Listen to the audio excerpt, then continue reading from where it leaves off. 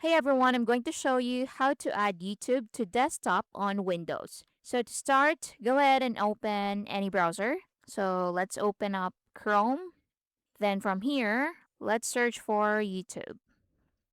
Now next, click the three dots at the top right, then scroll down and look for Cast, Save and Share.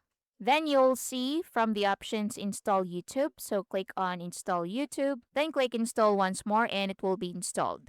Next, in the address bar, so here you'll see a computer with an arrow icon. Click on that. Then go ahead and click install YouTube. So click on install and you can now use YouTube as an app on desktop in Windows. Now, if you want to pin it to your taskbar, just right click on it.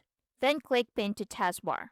If you want to unpin it, right click on it again and click unpin from taskbar.